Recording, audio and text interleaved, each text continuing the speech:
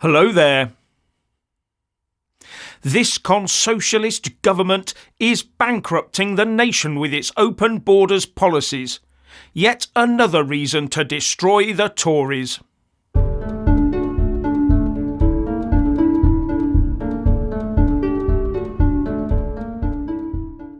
We constantly have it shoved down our gullets that every newcomer into the country is a boon, both culturally and economically. We're sunk without them, we're constantly told. But the Centre for Migration Control, or CMC, has published a study that tells a completely different story. According to them, since 2020, economically inactive migrants have cost the taxpayer £36 billion. With, on average, each getting a tad over £9,000 a year. And 2023 was a record high in that regard. And that does not, as far as I understand it, include those coming across on rubber boats or in the backs of lorries, though.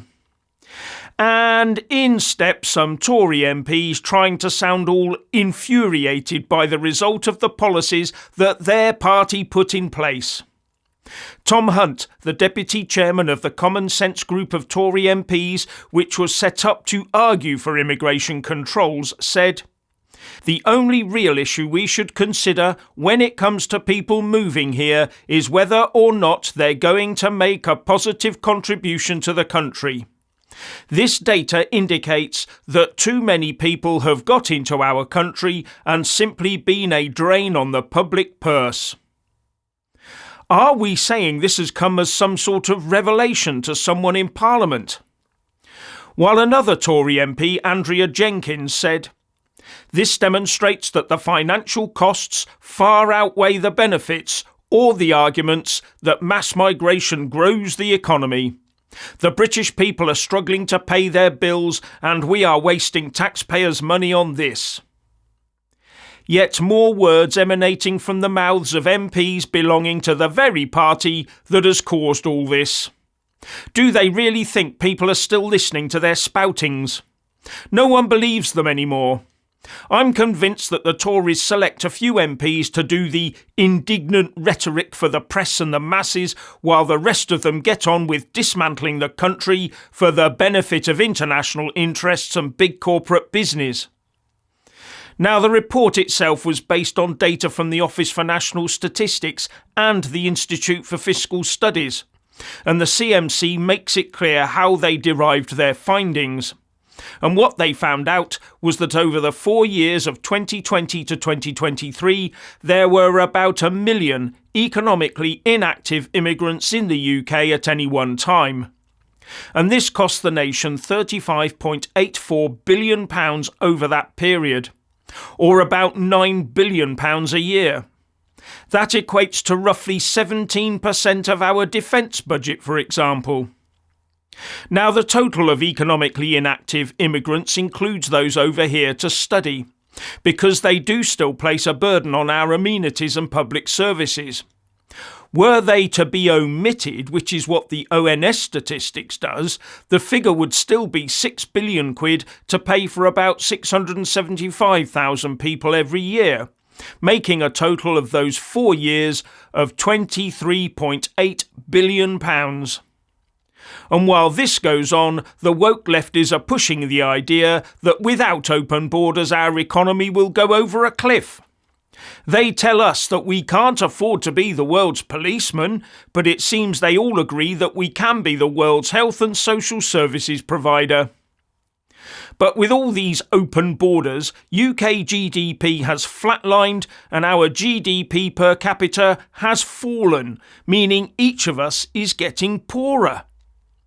As another indignant Tory MP, Marco Longhi, said, "The data completely contradicts the notion put forward by those who argue that mass immigration is a good thing, including by those who foolishly promote it as a way to increase GDP. We are poorer as a country as a result of mass migration if we look at GDP per capita.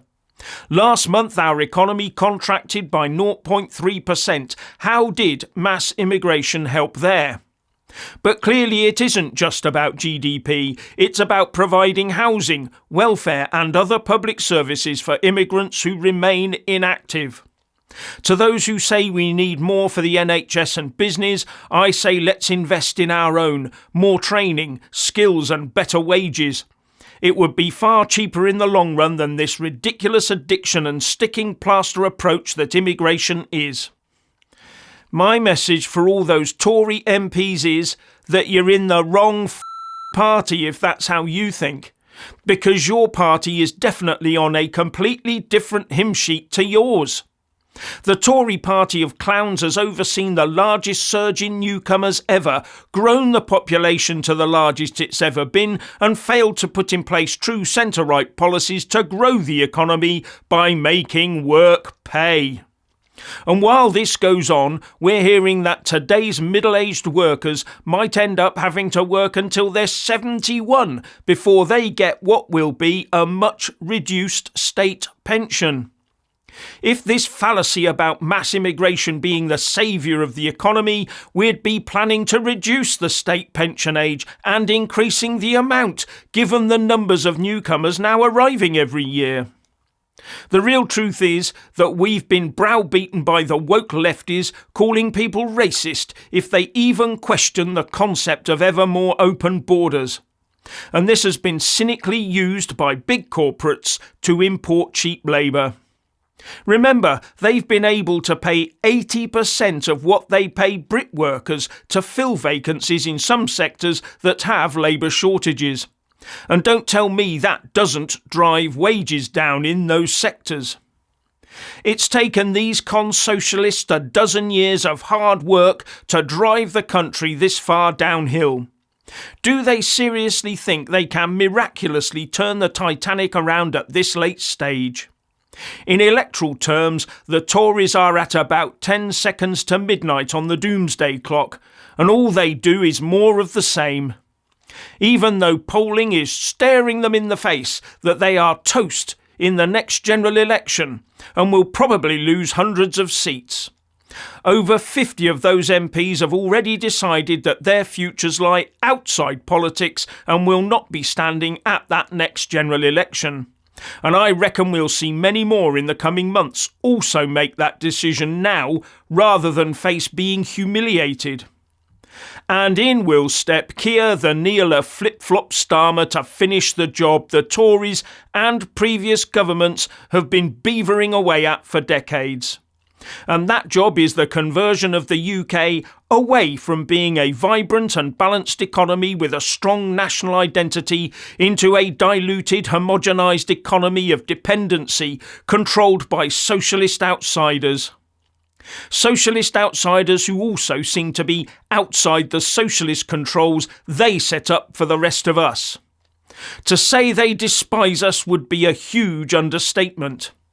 Our political masters have grown so used to winning these battles against their own people that they now just expect us to roll over every time they come out with yet another UK and soul-destroying policy. They're expecting the UK public to swallow the idea that we must import ever more people or face financial ruin, while telling us that we mustn't have our own children because it will destroy the planet. They expect us to swallow the eat bugs not meat argument to save the planet. They expect us to swallow the World Health Organization taking control over our health systems. They expect us to swallow the concept of owning nothing will make us happy. They expect us to swallow electric vehicles and heat pumps. They expect us to swallow ever higher taxes to have ever reduced services while we pay for other people to do zilch. And they expect the little people to swallow having to live in ever more cramped accommodation in their little 15-minute neighbourhoods. I do have to ask, are they that arrogant that they can't see the real anger boiling up out there?